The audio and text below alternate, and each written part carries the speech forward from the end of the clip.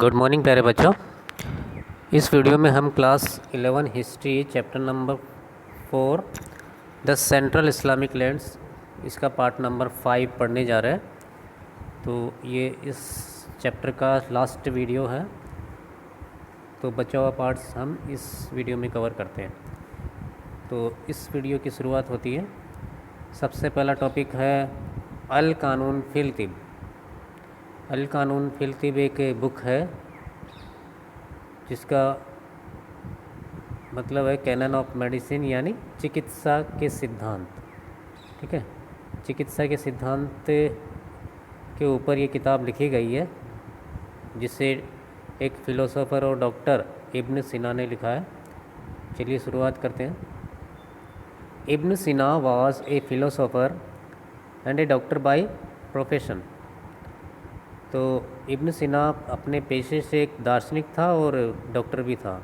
ठीक है, वो एक दार्शनिक था और पेशे से डॉक्टर भी था। Ibn Sina's medical writings were widely read, और इब्न सीना के द्वारा जो लिखी गई चिकित्सा संबंधी लेख थे वो व्यापक रूप से लोगों द्वारा पढ़े जाते थे। The book al Qanun fil Tibb Canon of Medicine is written by Ibn Sina. और जो किताब है अल कानून फिल तिब या कैनन ऑफ मेडिसिन चिकित्सा के सिद्धांत, यह है भी इब्न सीना ने ही लिखी है। It is a million words manuscripts which include A list of 760 drugs sold by the pharmacists of his time and notes of his on experiments which were conducted in the hospitals.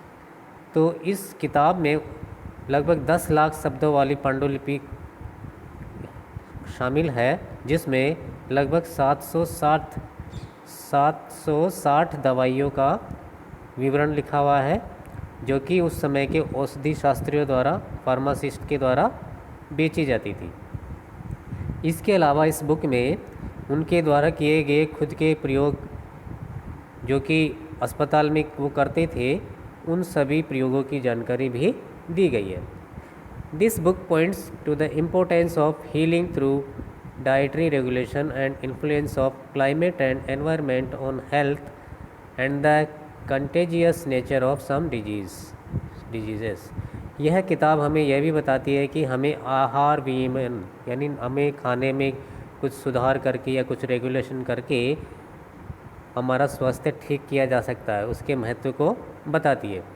साथ ही यह बताते हैं कि कुछ बीमारियां हैं जो संक्रामक स्वरूप से होती है ना, संक्रमण के द्वारा फैलती है, हमारे स्वास्थ्य को नुकसान पहुंचाती है। तो यह उसके लिए जलवायु और पर्यावरण किस प्रकार अपना प्रभाव छोड़ता है। तो जलवायु और पर्यावरण जो प्रभाव छोड़ता है उस बीमारियों के बारे में, उसका विवरण या वर्णन भी इस किताब में दिया गया है। This book was used as textbook in Europe, where the author was known as Avicenna। तो ये किताब जो है, जिसका नाम है अल कानून फिल तिब, इसको टेक्स्ट बुक के रूप में, पाठ्य पुस्तक के रूप में स्कूलों में पढ़ाया जाने लगा। यूरोप के स्कूलों में, यूरोप के जितने भी स्कूल थे उनमें टेक्स्ट बुक के रूप में इसको पढ़ाया जाने लगा, जहाँ पर इसका लेखक एविसेना के रूप में जाना जाता है। It is believed that Umar Khayyam, a well-known poet and scientist, had read this book just before his death। और ऐसा भी कहा जाता है कि एक प्रसिद्ध कवि थे उमर खय्याम और वैज्ञानिक थे, अपनी मृत्यु से ठीक पहले उन्होंने इस किताब को पढ़ा था। In medieval Islamic society, fine language and creative imagination were among the most appreciated quantities in a person। मध्यकालीन इस्लामी समाज में जो फाइन लैंग्वेज है, बढ़िया भाषा है, एंड क्रिएटिव इमेजिनेशन, सृजनात्मक जो कल्पना है, वह सर्वाधिक सराहनीय गुण किसी भी व्यक्ति के अंदर माना जाता है। Other forms of expression included poetry and prose which were meant to be memorize and used when the occasion arose. उसी तरह अदब रूपी अभिव्यक्तियाँ, एक्सप्रेशन के द्वारा एक्सप्रेशन का एक रूप है अदब, जिसमें पद्य मतलब पोइट्री यानी कविताएं वगैरह या नज़्म वगैरह, एंड गद्य प्रोज, ठीक है, ये सभी शामिल थी। और इन सभी गद्य और पद्य को कंठस्थ या याद करने की अपेक्षा की जाती थी। वो चाहते थे कि लोग इनको याद कर लें, उनके दिमाग में हमेशा बिना देखे वो याद हो जाए, और जब अवसर आए तब इन गद्य और पद्य का, प्रोज एंड पोइट्री का यूज़ किया जाए, ठीक है। Next, Abu Nuwas, who was of Persian origin, broke new ground by composing classical poetry on new themes such as wine and male love, with the intention of celebrating pleasure forbidden by Islam. Abu निवास, जो कि एक फ़ारसी मूल का व्यक्ति था, उसने उत्कृष्ट श्रेणी की कविता लिखकर, जो कि नए विषयों पर उसने लिखी थी, जैसे कि शराब और पुरुष प्रेम, ठीक है, ऐसी विषयों पर उन्होंने कविताएं लिखकर नया मार्ग उसने अपनाया था, नया मार्ग चुना था, ठीक है, जिसका कि इस्लाम में वर्जन किया गया है कि कोई भी शराब, पुरुष प्रेम और आनंद मनाने के इरादे से ऐसी कविताएं नहीं लिख सकता है, क्योंकि इस्लाम में ऐसी कविताएं लिखने पर वर्जित है, मतलब वहाँ पर मना ही है। लेकिन अबू निवास ने ऐसी उत्कृष्ट कहानियाँ, जो कविताएं लिखकर अपना नया मार्ग चुना था, ठीक है। By the time the Arabs conquered Iran, Pahlavi was in decay. जब अरबों ने ईरान पर विजय प्राप्त की, तब पल्लवी भाषा, जो कि ईरान में चलती थी, वह धीरे धीरे पतन की स्थिति में पहुंच गई, धीरे धीरे वो ख़त्म होने लग गई। A version of Pahlavi known as new Farsi with a huge Arabic vocabulary soon developed. और उसी पल्लवी का एक नया संस्करण, जिसका नाम था नई फारसी भाषा, वह विशाल अरबी शब्दकोश के साथ जल्दी ही विकसित हो गई।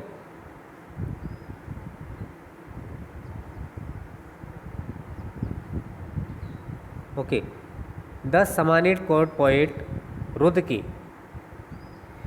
was considered the father of new Persian poetry, which included new forms such as the short lyrical poem, ghazal, and the quatrain, रुबाई। तो उसी तरह एक समानी दरबार का कवि था, जिसका नाम था रुदकी। वह नई फारसी कविता का जनक माना जाता है, जिसने छोटे काव्य गीतों का एक नया रूप, छोटे काव्य गीतों जिनको गज़ल कहा जाने लगा, और चतुष्पदी, क्वाट्रेन मतलब चतुष्पदी, रुपाई, जो कि उसने नई तरह से कविताओं का रूप बनाया था, उसको नई फारसी कविता में शामिल किया था। The rubai is a 4 line stanza. रुबाई क्या है देखिए, क्वाट्रेन या रुबाई। रुबाई इज एक 4 लाइन स्टंजा। तो रुबाई एक 4 पंक्तियों वाला छंद है, in which the first 2 lines set the stage, कि पहले की 2 पंक्तियाँ होती है वो स्टेज को सेट करती है, मतलब भूमिका बांधती है, ठीक है। पहली 2 लाइन से भूमिका बांधी जाती है। The third is finally poised, और तीसरी जो लाइन होती है वो बढ़िया तरीके से सदी होती है। And the fourth delivers the point, और जो चौथी और आखिरी लाइन होती है वही मुख्य बात बताती है। The subject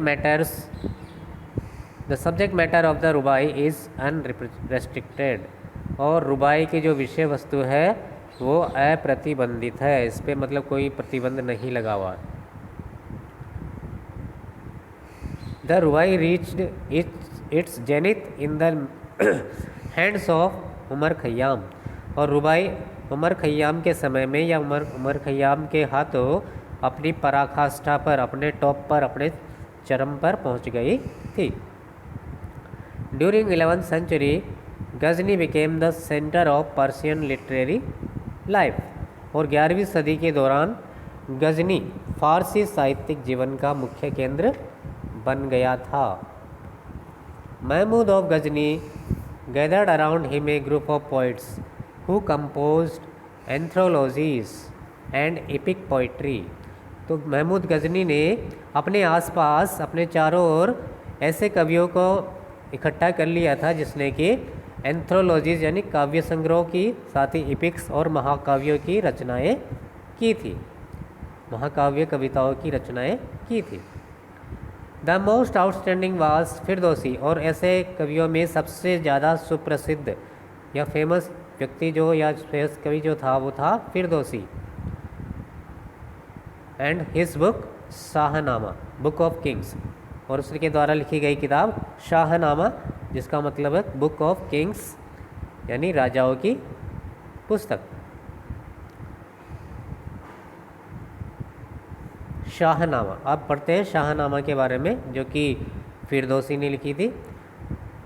Shahnameh is an epic of 50,000 couplets. Shahnama एक महाकाव्य है जिसमें लगभग 50,000 पद है। He took 30 years to complete this work, और उसे इस किताब को पूरी करने में 30 साल लग गया, 30 साल का समय लग गया। It is a collection of traditions and legends which poetically depicts Iran from creation to the Arab conquest, और इसमें विभिन्न प्रकार की परंपराओं और आख्यानों का संग्रह है जिसमें कि काव्यात्मक शैली में ईरान के प्रारंभ से लेकर ईरान पर अरबों के विजय तक का पूरा चित्रण और वर्णन किया गया है।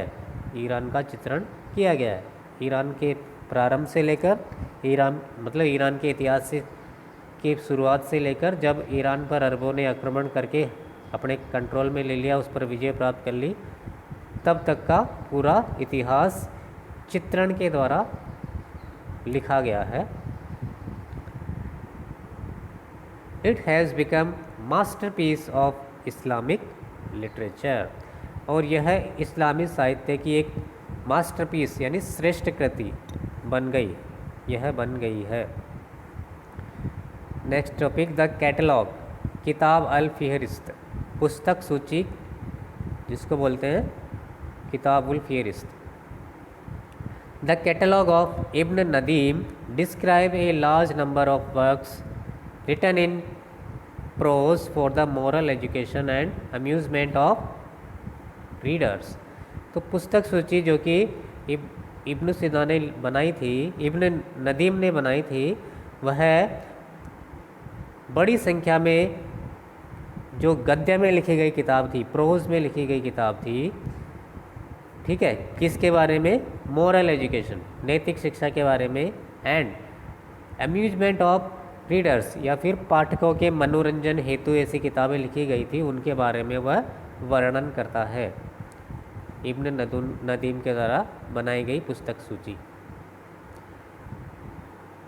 The oldest of these is a collection of animals fables called Kalila wa Dimna, which is the Arabic translation of the Panchatantra. इनमें सबसे पुराना जो संग्रह था वह जानवरों की कहानियों का संग्रह था, जिसका नाम था कलीला व दिमना। ये दो गीदड़ों के नाम हैं, दो सियार थे, गीदड़ थे, ठीक है, कलीला दिमना। तो ये जानवरों की जो कहानियाँ थी उसका शीर्षक था ये स्टोरी बुक का, कलीला व दिमना, जो कि हिंदी की जो पंचतंत्र कहानी है, जो अपने संस्कृत की ये पंचतंत्र की कहानियाँ हैं, उसी का अरबी भाषा में अनुवाद है ये, ठीक है। अरबी भाषा में उन्होंने पंचतंत्र का अनुवाद करके कलीला व दिमना करके नई किताब बना दी। The most widespread and lasting literary works are the stories of hero adventurers such as Alexander and Sindbad, और those of unhappy lovers known as Majnu और द मैडमैन। तो सबसे ज़्यादा प्रचलित और स्थायी रचनाएं जो थी वह वीर साहसियों की कहानियां हैं, जैसे कि सिकंदर, अलेक्जेंडर यानी सिकंदर की कहानियां, एंड सिंदबाद द जहाजी जो था, जहाजी के बारे में सिंदबाद की कहानियां, ये थोड़े वीर और साहसी प्रकार के लोग थे, तो इनकी कहानियाँ सबसे ज़्यादा स्थायी और सबसे ज़्यादा प्रचलित थी।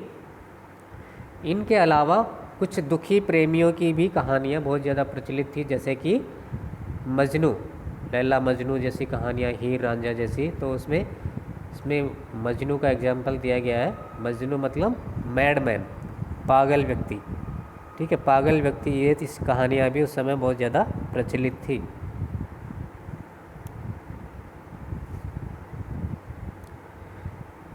The 1001 Nights is another collection of stories told by a single narrator, Shahrazad, to her husband night after night। उसी तरह एक दूसरी कहानियों का संग्रह था जिसका नाम था द 1001 Nights, मतलब 1001 रातें। 1001 रातें ये एक स्टोरी बुक है जो कि एक ही वाचिका द्वारा कही गई थी, जिसका नाम था शहरजाद। तो ये शहरजाद नामक एक स्त्री द्वारा अपने पति को एक रात के बाद दूसरी रात के बाद तीसरी रात, मतलब रात के समय ये कहानियाँ उसको सुनाती थी। इस तरह से 1001 रातों तक उसने उसको कहानियाँ सुनाई थी। जैसे कि ये आपने कभी सुना हो, अलिफ लैला करके एक एपिसोड आता था जिसमें ये ऐसी ये सारी कहानियाँ उसी में वो शहरजाद अपने पति को, एक सुल्तान था जिसका नाम याद नहीं आ रहा, लेकिन उस सुल्तान को सुनाती रहती है। ठीक है ना, ये आप उससे पता लगा लीजिएगा। अलिफ लैला और द अरेबियन नाइट्स करके भी एक इंग्लिश में आता था, एक स्टोरी बुक है, उससे मिलता जुलता है, उसी का रूप है ये। The collection was originally in Indo Persian and was translated into Arabic in Baghdad in the 8th century. तो ये जो संग्रह था वो मूल रूप से भारतीय पारसी भाषा में था, मुख्य रूप से इंडो पर्शियन यानी भारतीय पारसी भाषा में लिखा हुआ था, जिसका अनुवाद उन्होंने अरबी भाषा में करके किया था बगदाद के अंदर 8वीं सदी में। From the 9th century onward, the scope of writing books was expanded to include biographies, manuals of ethics, history and geography. तो 9वीं सदी से ही जो किताब लिखने का या पुस्तक लिखने का जो दायरा था वो बढ़ गया, जिसमें क्योंकि उसमें उन्होंने जीवनियों को भी शामिल कर लिया, आचार संहिता को भी शामिल कर लिया, इतिहास और भूगोल को भी शामिल कर लिया। इस तरह से उनको पुस्तक लेखन का जो दायरा था वो बढ़ गया। For rulers and officials, history provided a good record of the glory and achievement of a dynasty as well as example of the techniques of administration। अब शासकों के लिए भी और अधिकारियों के लिए भी इतिहास एक महत्वपूर्ण भूमिका निभाता था, क्योंकि इतिहास ही उनको अब उनकी ग्लोरी के बारे में, कीर्ति के बारे में और उनकी अचीवमेंट्स या उपलब्धियां जो भी थी या उनके द्वारा उनका जो भी वंश था, डायनेस्टी थी, उनकी उपलब्धियों के बारे में बताता है। साथ ही इतिहास एक उदाहरण भी प्रस्तुत करता है कि किस तरह से प्रशासन को चलाया जाना चाहिए, और प्रशासन से संबंधित जो भी टेक्निक या तकनीक जो होती है वह उनको प्रदान करता था इतिहास। अल बिरूनी's फेमस तहकीक मा लिल Hind.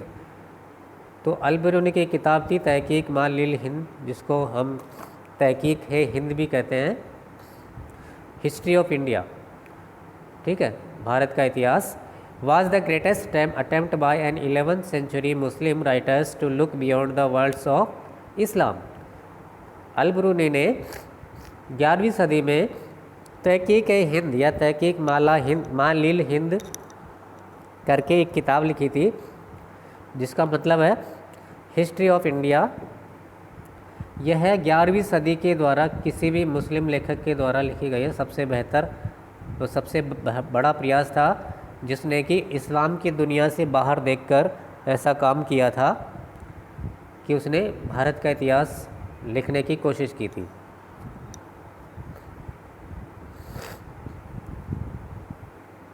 Next topic, architecture of the Islamic world of 10th century. 10वीं सदी के दौरान इस्लामिक वर्ल्ड दुनिया का जो स्थापत्य कला थी, वास्तुकला थी, वो किस प्रकार की थी। देखिए, religious buildings were the greatest external symbol of Islamic world. जो धार्मिक इमारतें थी वह इस्लामी दुनिया की सबसे बड़ी बाहरी प्रतीक थी। Mosques, shrines and tombs from Spain to Central Asia showed the same basic design: arches, domes, minarets and open courtyards। देखिए, तो मस्जिदें हो गई, इबादत गाह या जहाँ पे प्रार्थना वो करते थे, नमाज़ पढ़ते थे, मकबरे, ठीक है, ये जो भी उन्होंने बनवाए स्पेन से लेकर मध्य एशिया तक जितने भी वो मकबरे, मस्जिद और श्राइन्स थी, वो उन सब का एक जैसा ही बुनियादी नमूना था, बेसिक ढांचा एक जैसा ही था।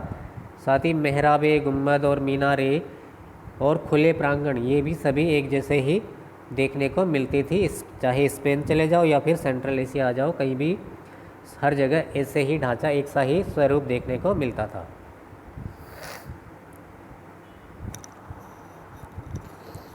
Next topic, design of a mosque. मस्जिद किस प्रकार बनती थी, मस्जिद का एक रूप या ढांचा या आकार। In the first Islamic century the mosque acquired a distinctive architecture from roof supported by pillar which transcended regional variations. देखिए, प्रथम इस्लामी सदी में ही जो मॉस्क थी, मस्जिद थी, उसने अपना डिस्टिंक्टिव आर्किटेक्चर मतलब विशिष्ट वास्तुशिल्प का रूप प्राप्त कर लिया था, जिसमें वो विशेषता क्या होती थी कि जो वो छत होती थी, मस्जिद की जो छत होती थी, वह खंभों के सहारे टिकी होती थी, पिलर्स के सहारे टिकी होती थी, जो कि प्रादेशिक विभिन्नताएं, रीजनल वेरिएशन जो होती है, प्रादेशिक विभिन्नताएं उससे परे होती थी। ठीक है, प्रादेशिक विभिन्नताएं वहाँ देखने को नहीं मिलती थी, हर जगह एक जैसी मस्जिद देखने को मिलती थी। The mosque had an open courtyard, और मस्जिद के आगे एक खुला आंगन होता था, विद ए फाउंटेन और पॉन्ड, जिसमें एक तालाब या जलाशय होता था, साथ ही उसमें एक फव्वारा भी होता था, फाउंटेन होता था। The courtyard led to a vaulted hall which could accommodate long line of worshippers and the prayer leader imam। देखिए, जो कोर्टयार्ड होता था, आंगन जो होता था, वो आगे चलकर बड़े कमरे की ओर जाता था, जिसको हॉल कहते थे, बड़े कमरे की ओर खुलता था। उस हॉल में पर्याप्त स्थान होता था लोगों के लिए नमाज करने के लिए, लंबी लाइन लगने के लिए, साथ ही इमाम के लिए जो कि प्रेयर का लीडर होता था। ठीक है, नमाज कराने वाला जो मुखिया होता था वो इमाम कहलाता था। Two special features were located inside the hall, और उसी बड़े कमरे में, हॉल में, दो बड़ी विशेषताएं देखने को मिलती थी। A mihrab in the wall which indicate the direction of the Mecca, दीवार में एक मेहराब होता था जो कि मक्का की दिशा के बारे में बताता कि मक्का किस साइड में है। And a pulpit from where sermons were delivered during noon prayers on Friday. इसके अलावा एक पल्पिट यानी मंच होता था जहाँ से शुक्रवार को या जुम्मे के दिन दोपहर के समय नमाज जो होती थी, उस नमाज के दौरान प्रवचन वगैरह दिए जाते थे उस मंच से। A minaret was attached to the building, और उसी मस्जिद की बिल्डिंग से एक मीनार भी अटैच होती थी, जुड़ी हुई होती थी। It was a tower used to call to the faithful to prayer at the appointed time and to symbolise the presence of the new faith. और इस मीनार का प्रयोग क्या होता, किस लिए होता था? इस मीनार का प्रयोग नमाज के लिए या प्रार्थना के लिए निश्चित समय पर, जो फिक्स टाइम होता था दिन में 5 बार नमाज पढ़ने का, उस फिक्स टाइम पर लोगों को बुलाने के लिए किया जाता था। ठीक है, साथ ही यह जो मीनार थी वह नए धर्म का अस्तित्व के प्रतीक के रूप में भी जानी जाती थी। The time was marked in the cities and villages by the 5 daily calls for prayers and weekly sermons. देखिए, तो लोग जो रहते थे गाँव में और शहरों में, वो समय का अंदाज़ा इन दिन भर में जो 5 प्रेयर होती थी उसे देखकर लगाते थे। साथ ही जो साप्ताहिक प्रवचन वगैरह होते थे उससे भी वो समय का अंदाज़ा लगाते थे। ठीक है, मतलब उनके पास उस समय घड़ी नहीं थी, तो वो केवल पहर के हिसाब से जब नमाज पढ़ी जाती थी दिन में 5 बार, उसी पहर के हिसाब से वो समय का अंदाज़ा लगा लेते थे। The same pattern of construction was also appeared in caravanserais, hospitals and palaces. इसी तरह ऐसा ही स्वरूप जो कि निर्माण का, जैसे मस्जिद में निर्माण का स्वरूप था, वैसा ही स्वरूप उनकी काफ़िलों के सराय में, मतलब जहाँ जो धर्मशाला वगैरह जहाँ पे राहगीर वगैरह जैसे गेस्ट हाउस होते हैं वैसे आराम करते थे, तो कारवा सरायों में, हॉस्पिटल में एंड पैलेसेस में ऐसा ही पैटर्न देखने को मिलता था। ठीक है, पैलेस यानी महल। The Umayyads built desert palaces in oasis and decorated with sculptures, mosaics and paintings. Umayyad खलीफाओं ने क्या किया, डेजर्ट पैलेस का निर्माण करवाया था, मतलब मरुस्थली महलों का निर्माण करवाया था। इन ओएसिस मतलब रेगिस्तान के बीच में, एकदम नखलिस्तान में, जिसको नखलिस्तान कहते हैं, रेगिस्तान के एकदम बीचों बीच में वो उन्होंने मरुस्थली महल बनवाए थे, जो कि अलग अलग प्रकार की मूर्तियों से सजे हुए थे। साथ ही उनमें पच्चीकारी का डिज़ाइन देखने को मिलता था। साथ ही उनमें अलग अलग प्रकार के चित्र, पेंटिंग वगैरह भी देखने को मिलती थी। लास्ट टॉपिक आ गया बच्चा अपने क्लास चैप्टर का, अदर आर्ट फॉर्म्स। अन्य रूप कला के अन्य रूप कौन कौन से थे? The rejection of the representing living beings in the religious art of Islam prompted 2 art forms. देखिए, रिजेक्शन यानी मनाही, कि उस यहाँ पर ये चीज़ करना मनाही है। ठीक है, तो मनाही से, किसकी मनाही से? रिप्रेजेंटिंग लिविंग बीइंग्स मतलब प्राणियों की, जीवित प्राणियों की, उसमें किसी भी जीवित प्राणी का चित्रण करने की मनाही से। किसमें? इस्लामिक धार्मिक कला में। इस्लाम धर्म में किसी भी जीवित व्यक्ति की या जीवित प्राणी की चित्रण करने की मनाही है, और इस मनाही की वजह से इस्लामिक धार्मिक कला में कला के दो रूपों को बढ़ावा मिलता है। ठीक है, कौन कौन से 2 रूप थे वो? कैलीग्राफी, पहला है कैलीग्राफी यानी सुलेख या खुशनवीसी। ठीक है, the art of beautiful writings मतलब सुंदर हस्तलेखन की कला। एंड सेकंड अरबेस्क मतलब ज्योमेट्रिक एंड वेजिटल डिज़ाइन मतलब ज्यामितीय और वनस्पतीय डिजाइन। ठीक है, ये 2 नई आर्ट फॉर्म्स का उन्होंने विकास किया, उसको डेवलप किया था।